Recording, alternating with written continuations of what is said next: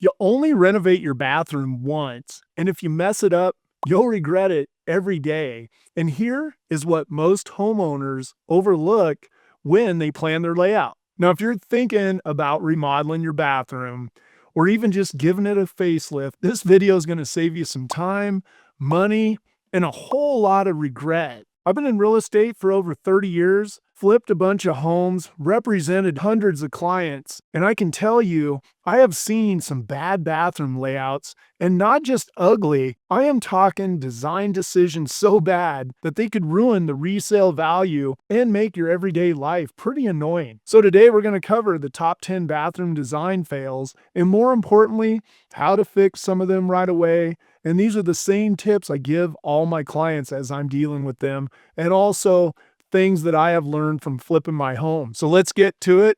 Grab a pen and also share this video with anybody else you feel could benefit from this. Now let's start with one of the biggest offenders here, and that is bad ventilation. And I don't care how fancy your tile is, if your bathroom can't breathe, you're asking for mold, mildew, peeling paint, and that musty gym sock smell that no one wants. And most builders or people that renovate their homes slap in those cheap fans that barely meet today's code. And it's just not enough. And if you have a family or you just like long showers, you definitely need something to get that moisture out. And a lot of the older homes I deal with, all they have are windows, and those are good, but in the wintertime, you're not going to want to open those. So you're going to want to go out and find a great vent that you can put in to get rid of that moisture. And to fix it, just get those inline fans with a high CFM rating, as these suckers, they're about 3 to 5 times more effective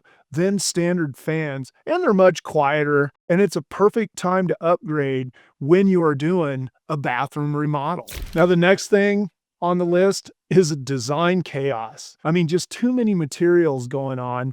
And I see this all the time. Someone walks through a showroom, they fall in love with 5 different types of tiles, 3 metals, and 2 paint colors, and say, let's try to cram them all in this one room. And then their bathroom looks like HGTV in a flea market got together. And trust me, it does not look good down the road, and you don't want to have a regret doing this. And when I do my bathrooms and my projects, I usually like to get pretty neutral, because obviously I'm reselling that house right away, and I just don't know what everybody's going to want.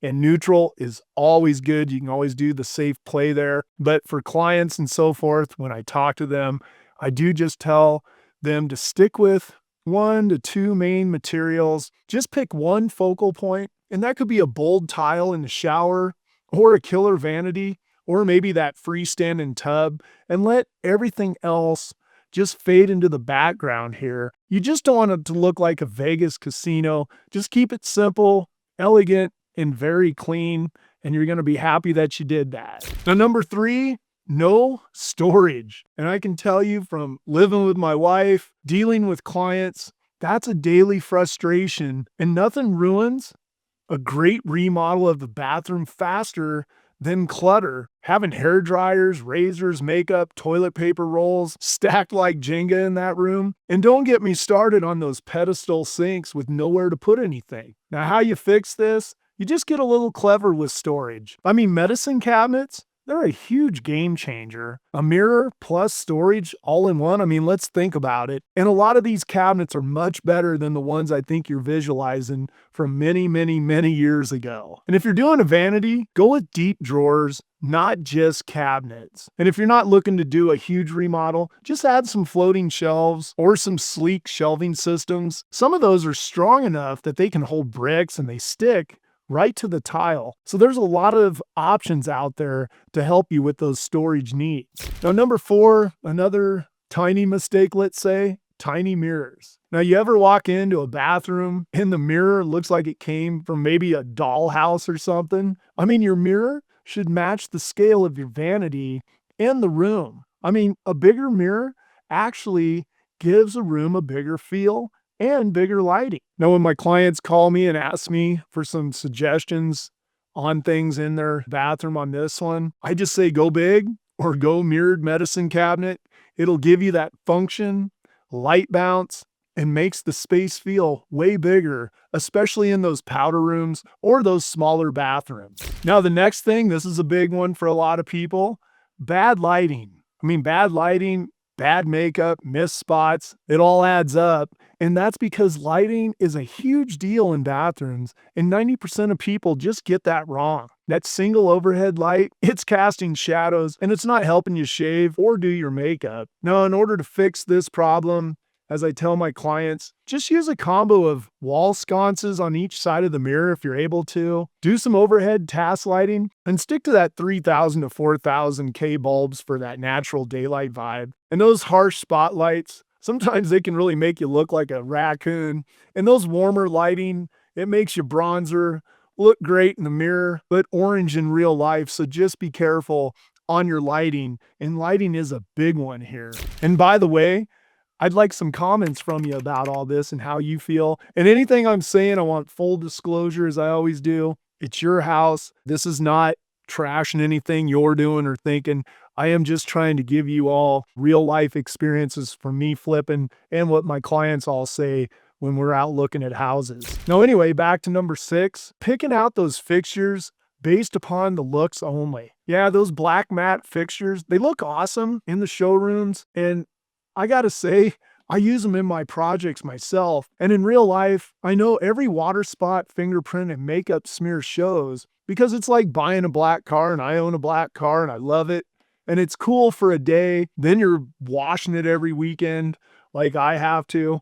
But if you want to fix this and you want low maintenance, go with brushed nickel or stainless, which again, I use this type of finish in a lot of my projects, and I also tell my clients to do the same, as they hide many water spots better and way more forgiving. And while we're on this topic, don't go too light on grout on the floor unless you want to be scrubbing that every week. Darker grout will equal fewer headaches, so take note of that one as well. Now, number 7, a lot of people, they don't plan for outlets and technology. Let's face it, things have changed big time through the years. We're not just plugging in a hairdryer anymore. Now you've got electric toothbrushes, straighteners, razors, smart toilets, even people charging their iPads while watching YouTube in the tub. And don't judge this. I hear this from a lot of people that do actually watch YouTube in their tub, watching videos like this to get ideas on their bathroom. So there you go. Now, to fix this problem, if you're thinking of doing a bathroom remodel, add some USB outlets or some pop-up plugs hidden in the counters, and tuck charging stations into drawers or cabinets, and make sure outlet placement works for how you actually live. And yes, you always want to follow your local codes because electricity and water, let's face it, can equal a lawsuit if you screw that up. Or even worse than that, it could cause some major safety problems to you and your family. So just be careful with that one. And again, if you need anything answered, connections or anything with anybody about this, my contact links down below. I'd love to talk to you about all this. Now, number 8 are those faucets. They don't even reach the sink. Now, this one is a little crazy. You go to wash your hands and that water barely makes it past the back edge of the sink. And what are we doing here? Bathroom yoga, trying to rinse? We've all seen these types of faucets, and just take note of it.